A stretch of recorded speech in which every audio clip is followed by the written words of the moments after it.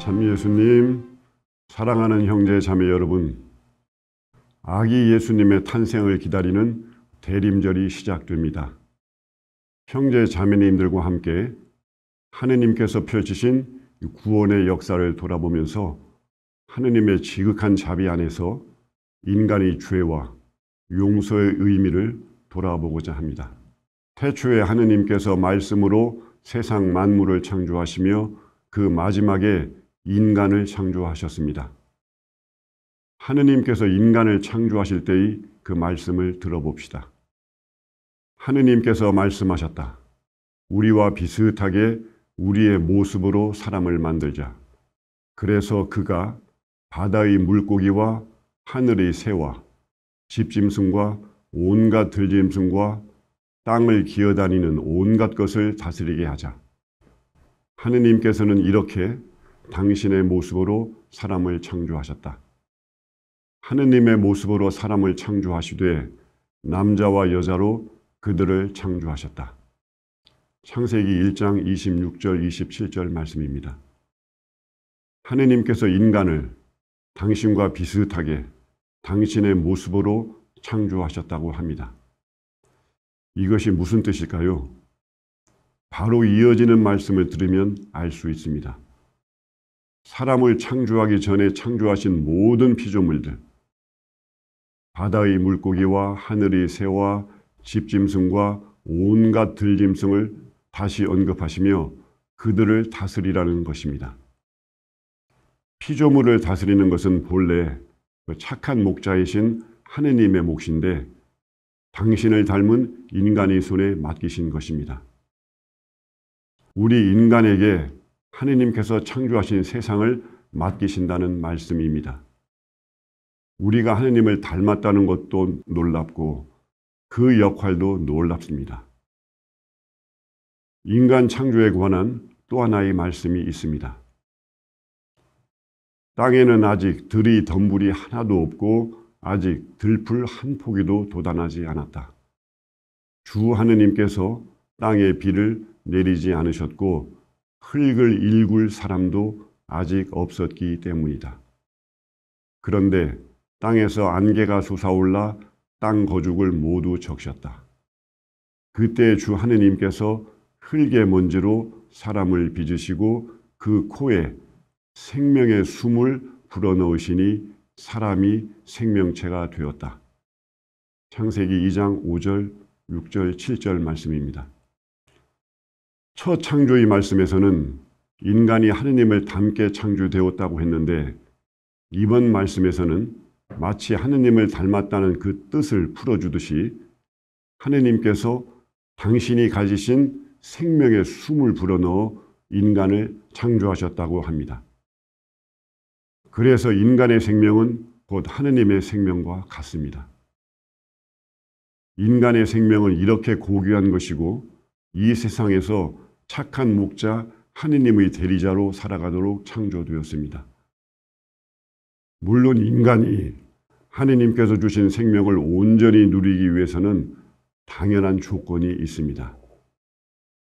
하느님의 자녀라고 할 수 있는 아담과 하와가 하느님의 말씀을 듣고 하느님 안에서 살아가는 것인데 에덴 동산의 이야기가 그것을 잘 보여줍니다.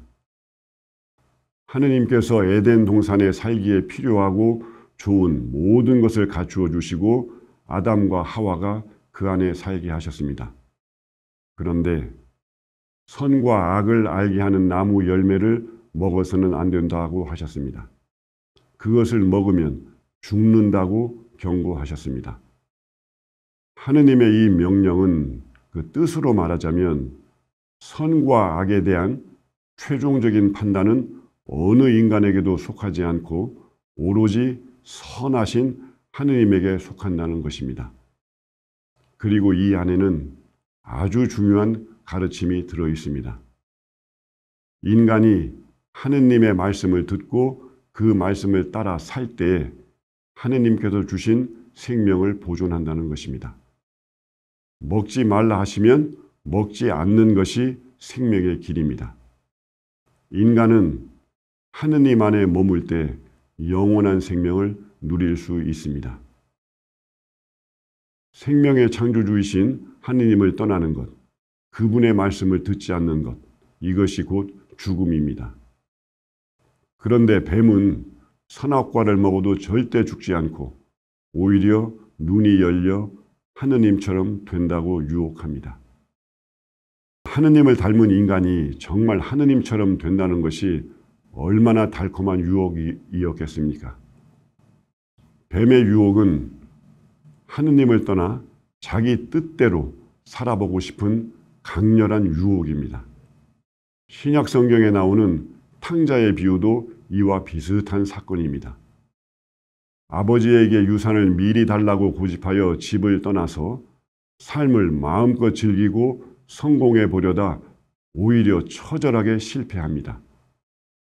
모든 것을 탕진하고 너무 배가 고픈데 돼지들에게 주는 먹이조차 마음대로 먹을 수 없을 만큼 비참하게 돼서야 자기의 잘못된 생각과 행동을 돌아보고 죄인의 모습으로 아버지의 집으로 돌아옵니다. 이 선악과를 먹고 에덴 동산, 곧 하느님의 품을 떠난 아담과 하와는 카인과 아벨을 낳게 되는데, 카인은 하느님께서 동생 아벨을 더 사랑한다고 시기하여 살해합니다. 그리고 이렇게 하느님의 말씀을 등지고 떠나 번성한 자손들은 하느님께서 인간 창조를 후회하신다고 할 만큼 악한 세상을 만들어 갔고, 하느님께서 큰 홍수로 땅을 쓸어버리셨습니다. 노아의 홍수에 이어지는 창세기 11장은 하늘까지 닿는 탑을 세우는 그 바벨탑의 이야기입니다. 왜 굳이 하늘까지 닿는 탑을 쌓자고 모의했을까요? 우리 인간이 지상에 살기에 하늘은 하느님 계신 곳의 상징입니다.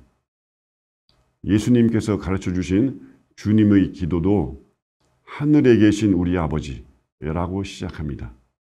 그리고 우리가 구원을 받아 영원한 생명을 누리는 곳을 하느님 나라 혹은 하늘나라라고 합니다. 그래서 이 하늘까지 닿는 탑을 쌓으려 했다는 것은 창세기 3장에 하느님처럼 된다는 뱀의 유혹과 같은 것입니다. 사람들이 힘을 합쳐 몇몇이 혹은 더 큰 조직을 통해 세상을 마음대로 하고 싶은 욕심입니다. 오늘날에도 국가 혹은 민족적인 차원 혹은 다국적 기업의 형태로 세계를 지배하고 자신들의 뜻대로 조종하고 싶어하는 힘이 있습니다. 지금까지 살펴본 창세기 1장에서 11장까지를 성서학자들은 원역사라고 부릅니다. 이 세상을 하느님께서 창조하셨고 이 세상에 태어나는 사람 누구나 이러한 조건을 가지고 있다는 신앙 고백입니다.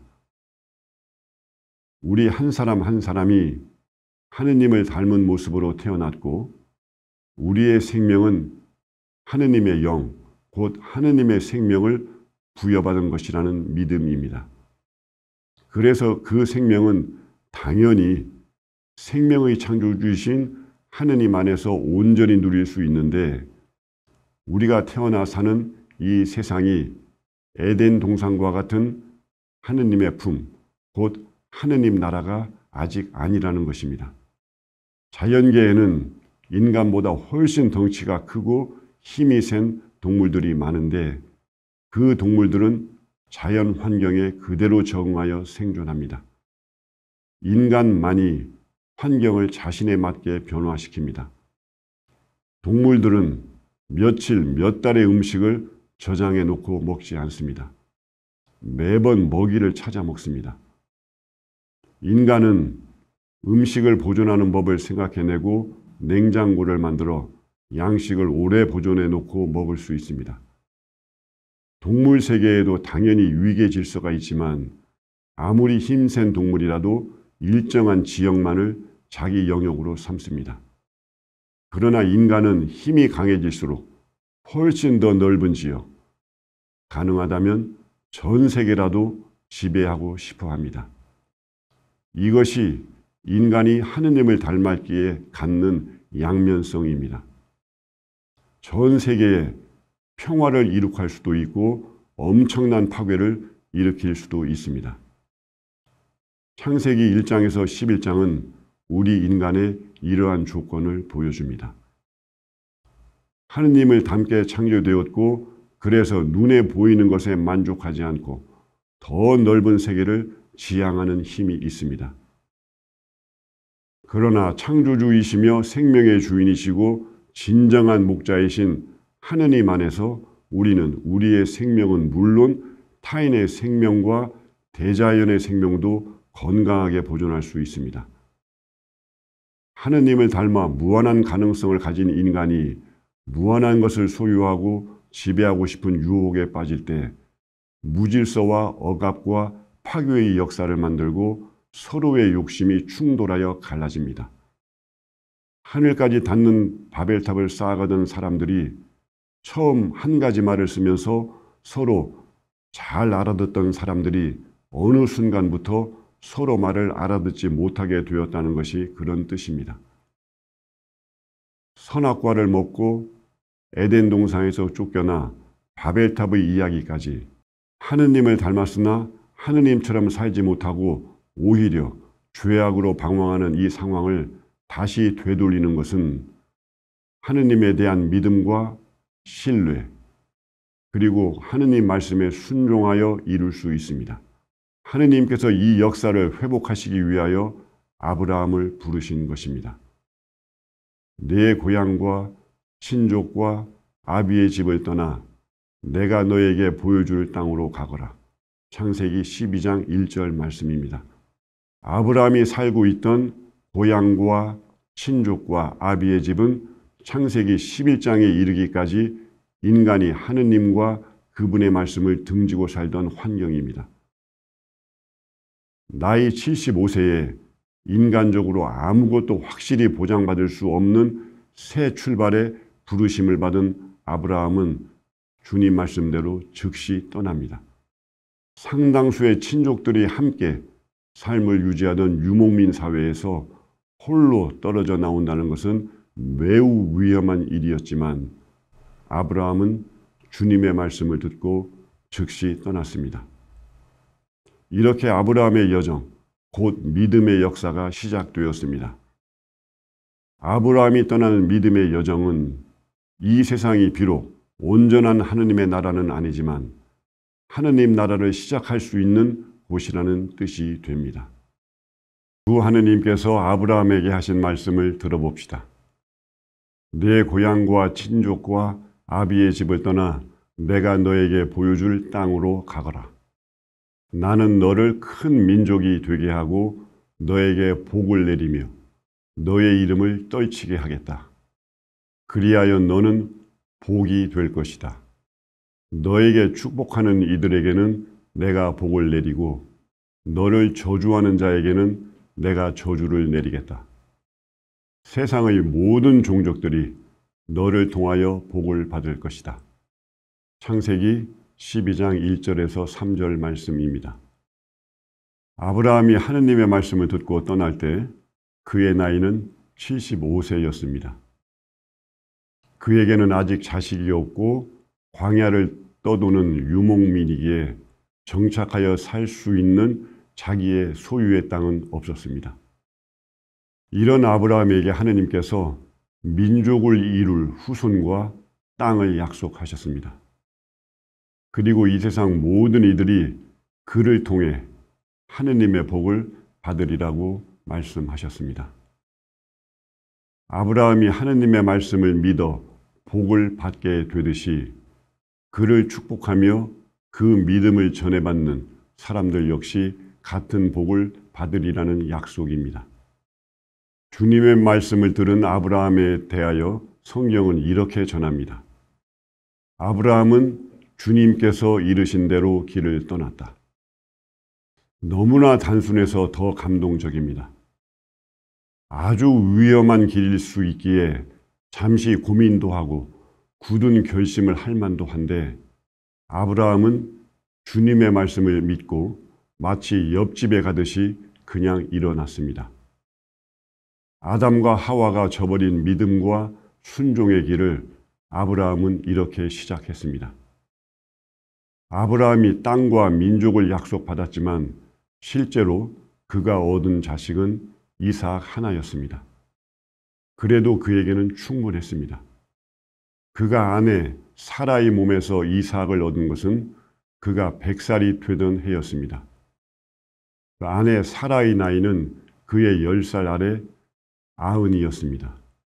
인간적으로 바랄 수도 없는 때에 얻은 이삭은 그저 아들 하나가 아니라 생명의 창조주 하느님과의 만남이었습니다. 그래서 땅과 민족의 약속이 어떻게 이루어질지는 하느님의 몫으로 받아들일 수 있었고 아브라함 자신은 가던 길을 계속하면 되는 일이었습니다. 아브라함에게 주신 땅과 민족의 약속은 수백 년이 지나 이집트 탈출에서 시작하여 다시 몇백 년이 지나 다윗 시대에 그대로 이루어져 젖과 꿀이 흐르는 땅이라고 불리는 가나안 땅에 왕국을 건설하였습니다. 하느님께서는 이렇게 당신의 약속을 지키셨습니다.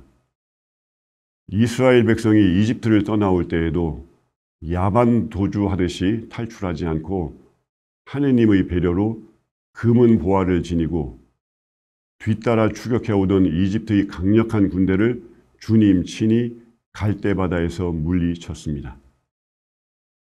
그리고 이스라엘 백성은 광야 40년 여정을 지나 약속의 땅으로 들어갔습니다. 광야 40년의 긴 여정은 한편에서는 하느님에 대한 믿음이 흔들리는 백성에 대한 버리면서 동시에 하느님 백성다운 힘을 길러주시는 자비로운 교육의 시간이기도 했습니다.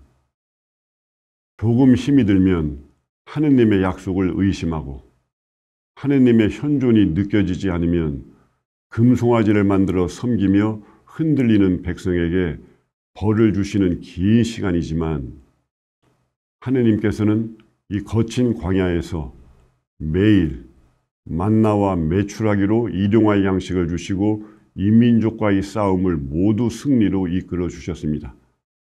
이렇게 당신의 약속이 얼마나 신뢰할 수 있는지 백성들이 마음에 각인시켜주는 은혜로운 40년의 시간이었습니다.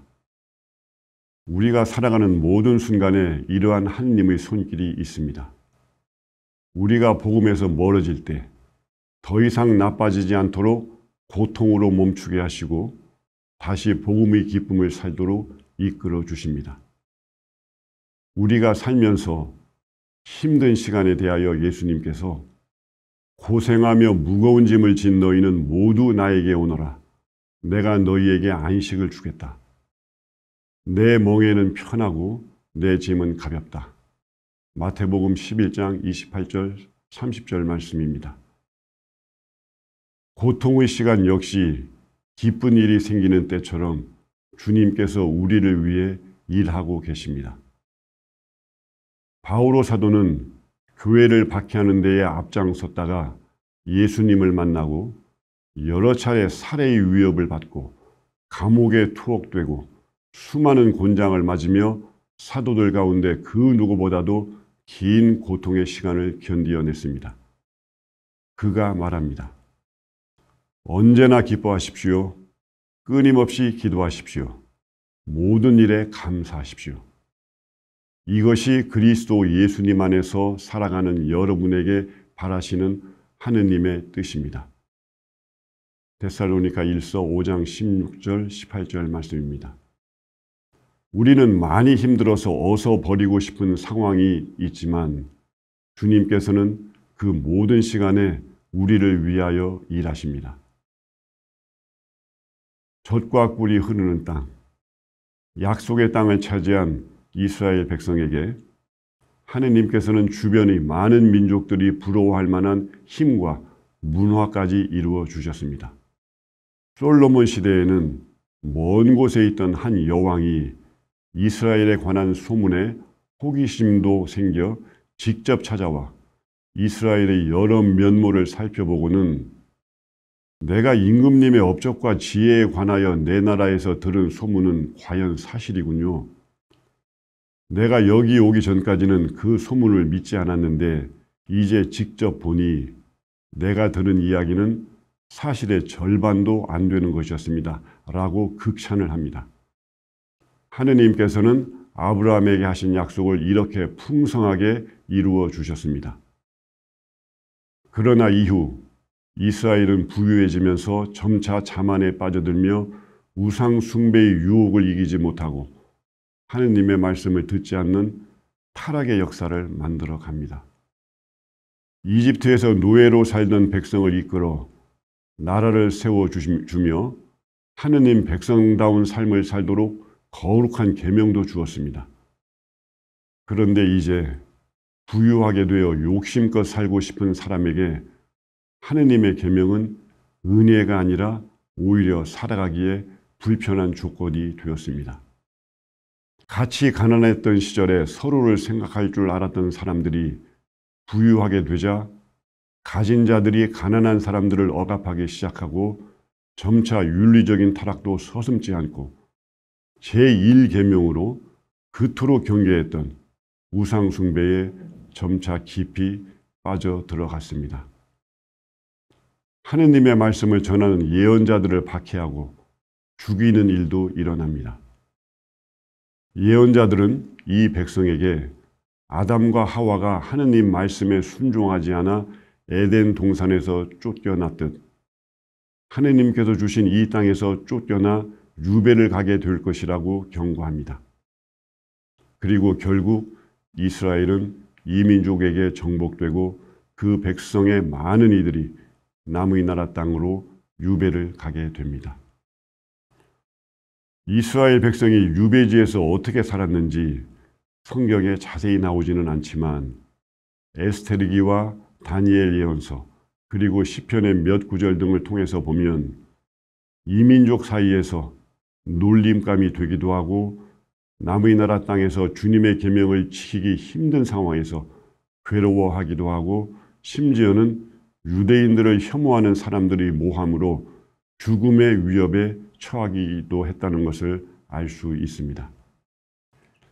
그렇게 수십 년이 지나 유배지의 고통 속에서도 하느님의 말씀을 기억하며 신앙을 굳게 지킨 유대인들은 가나안 땅으로 다시 돌아와 국가를 재건하게 됩니다.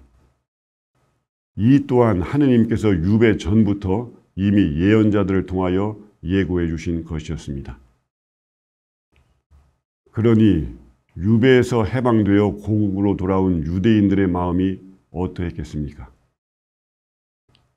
그들은 이 모든 역사, 곧 가나안을 정복한 것도, 그 땅을 잃고 유배를 가게 된 것도, 그리고 유배지에서 돌아오게 된 것도 결국 하느님의 말씀대로 이루어졌다는 것을 뼛속 깊이 깨달았습니다. 그래서 유배에서 돌아와 왕국을 세우지 않습니다. 왕이 다스리는 나라 대신 하느님 말씀을 중심으로 하는 사회를 건설해야 한다는 확신을 갖고 사제를 중심으로 하는 사회를 건설합니다. 그리고 동네마다 회당을 지어 안식일마다 주님의 말씀을 듣고 그 해설을 듣고 묵상하면서 하느님 말씀, 곧 율법을 실천하려고 합니다. 그리하여 이러한 흐름 속에서 율법을 철저히 연구하고 실천하려는 사람들이 생겨나는데 신약 성경에 나오는 율법학자들과 바리사이들이 이들의 후예입니다. 그러나 하느님 말씀과 율법에 대한 이러한 깨달음과 노력에도 불구하고 이스라엘 사회는 하느님 뜻에 맞는 구원된 사회로 재탄생하지는 못합니다. 이렇게 아브라함의 부르심에서 시작하여 여기에 이르기까지 이스라엘 백성은 성공과 실패의 많은 경험을 했고 많은 깨달음도 얻었습니다. 그러나 이러한 긴 세월의 경험에서 인간의 구원이 인간의 손에 달려있지 않다는 신앙 고백이 싹트게 되고 하느님께서 손수 이루어 주시는 구원을 기다리는 기도가 성숙되어 갑니다. 그래서 구약성경 후반부로 갈수록 하느님께서 보내주시는 메시아 그리스도에 대한 기대와 출애굽을 통해 맺은 시나이 계약과는 다른 새 계약과 같은 예언 말씀이 점점 많은 자리를 차지하게 됩니다. 하느님 백성의 이러한 희망에 부응하듯이 하느님께서 당신 아들 그리스도를 보내주시어 그분이 죽음으로 하느님과 인간을 다시 화해시켜 주시고 새 계약을 맺어 주십니다. 하느님 친히 펼치시는 구원의 역사가 이제 시작됩니다. 구약성경의 긴 역사는 인간을 창조하시고 구원하시는 하느님의 자비를 보여줍니다. 그리고 그 안에서 하느님의 말씀을 따르는 하느님 백성의 역사를 바라보면서 결국 인간의 구원이 인간의 손에 달려있지 않다는 고백에 이르게 됩니다. 그래서 이제 하느님 친히 구원을 이루어 주신다는 예언과 이를 애타게 탄원하는 기도가 중요한 주제가 됩니다. 신약 성경은 이에 대한 대답입니다. 마테오복음은 아브라함에서 예수님에게 이르기까지 긴 족보를 통해 이제 때가 되어 하느님께서 예수 그리스도를 보내신다고 말합니다. 루카복음은 이 일이 하느님의 뜻에 따라 성령께서 이루어 주신 일임을 알리고, 마르코복음은 처음 1장 1절에서 하느님의 아들 예수 그리스도의 복음의 시작이라고 하여 하느님의 구원 역사가 시작됨을 명백히 밝힙니다. 여기에 요한복음은 새 복음서의 선언을 바탕으로 훨씬 더 넓은 신학적인 전망을 보여줍니다. 한 처음에 말씀이 계셨다. 말씀은 하느님과 함께 계셨는데 말씀은 하느님이셨다. 모든 것이 그분을 통하여 생겨났고 그분 없이 생겨난 것은 하나도 없다. 말씀이 사람이 되시어 우리 가운데 사셨다. 우리는 그분의 영광을 보았다. 은총과 진리가 충만하신 아버지의 외아드님으로서 지니신 영광을 보았다. 요한복음 1장의 말씀입니다. 요한복음은 태초에 세상을 창조하신 말씀이 때가 되어 하느님 아버지의 외아드님으로서 이 세상의 구세주로 오셨다고 장엄한 선언을 합니다. 요한복음의 이 선언은 정말 놀랍습니다. 세상 창조와 인간 구원, 그리고 구원된 세상의 완성까지 아우르면서 말씀이 이 모든 것을 이룬다는 것입니다. 창조라는 의미에서 요한복음 전체를 보면 태초에 말씀을 통하여 세상과 인간이 창조되었는데 인간이 죄로 인해 죽음에 이르게 되자 말씀이 이 세상에 오시어 죄의 용서를 통한 인간을 구원된 인간으로 재창조하신다는 뜻이 됩니다. 그래서 요한복음은 1장 1절에서 18절의 장엄한 선언 바로 뒤에 세례자 요한이 자신을 두고 이제 오시는 분의 신발끈을 풀어드리기에도 합당하지 않다고 말합니다. 그리고 예수님께서 오시는 것을 보고 보라, 세상의 죄를 없애시는 하느님의 어린 양이시다 라고 선언합니다. 이제 하느님의 아들 예수님을 통해 하느님 나라, 이 하늘나라가 선포됩니다. 하느님 나라는 하느님의 다스림이 이루어지는 나라입니다. 아담과 하와가 하느님 말씀에 순종하지 않고 하느님의 품을 떠났고, 아브라함 이후 하느님께서 이스라엘 백성에게 은혜롭고 기적적인 역사를 이루어 주셨으나 그 백성은 부여받은 약속의 땅에서도 하느님의 말씀을 충실히 살아가지 못했습니다. 이제 하느님 친히 인간의 죄를 용서하시고 당신과 다시 화해를 이루는 역사를 시작하십니다. 그래서 세례자 요한도 예수님도 전도 활동 시작에 똑같이 회개하여라, 하늘나라가 가까이 왔다고 선언합니다. 예수님께서 3년 공생활을 하시며 하늘나라, 곧 이 하느님의 나라의 복음과 함께 죄의 용서를 선포하셨습니다. 그리고 이 일이 당신의 순환과 죽음으로 이루어질 것을 여러 차례 예고하셨습니다. 예수님께서는 당신의 순환에 대하여 제자들에게 3차례나 미리 말씀하셨습니다. 그러나 예수님이 하느님의 아들 그리스도라고 신앙 고백을 한 제자들조차 아직 영원한 생명의 신비를 다 깨달은 것은 아니기에 유다 지도자들이 손에 죽으시고 부활하신다는 말씀에 혼란스러워했습니다. 순환 첫 번째 예고 때 베드로 사도가 그런 일이 있어서는 안 된다고 했다가 사탄이라는 질책을 받을 정도였습니다. 그러나 예수님께서는 당신이 순환받고 죽어야 한다는 말씀과 함께 그렇게 되어야 하는 이유도 설명하셨습니다. 사람의 아들도 섬김을 받으러 온 것이 아니라 섬기러 왔고 또 많은 이들의 몸값으로 자기 목숨을 바치러 왔다. 그리고 이는 죄를 용서해 주려고 많은 사람을 위하여 흘리는 내 계약의 피다. 예수님의 말씀은 그 뜻이 아주 분명합니다. 누군가 죄를 지었다면 그 죄값이 치러져야 된다는 것입니다. 사람이 죄를 짓고 죄 중에 살지만 그 죄값을 치를 힘이 없습니다. 구약의 긴 역사가 그것을 증명합니다. 그래서 사람이 지은 죄값은 인간이 아닌 그 누군가 대신 치를 수밖에 없는데 그분은 하느님이시라는 말씀입니다. 후에 사도들이 복음을 전할 때 항상 그 중심은 예수님의 십자가 죽으심과 그리고 부활이었습니다. 성령 강림으로 교회가 시작될 처음 베드로가 성전에 모인 군중에게 선포한 말씀이 그렇습니다. 하느님께서 미리 정하신 계획과 예지에 따라 여러분에게 넘겨주신 그분을 여러분은 무법자들의 손을 빌려 십자가에 못 박아 죽였습니다. 그러나 하느님께서는 그분을 죽음의 고통에서 풀어 다시 살리셨습니다. 이스라엘 온 집안은 분명히 알아두십시오. 하느님께서는 여러분이 십자가에 못 박은 이 예수님을 주님과 메시아로 삼으셨습니다. 회개하십시오.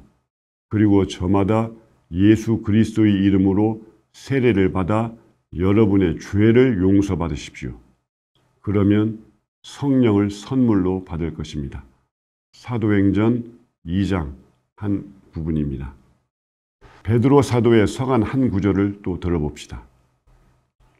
그분께서는 우리의 죄를 당신의 몸에 친히 지시고 십자나무에 달리시어 죄에서는 죽은 우리가 의로움을 위하여 살게 해주셨습니다.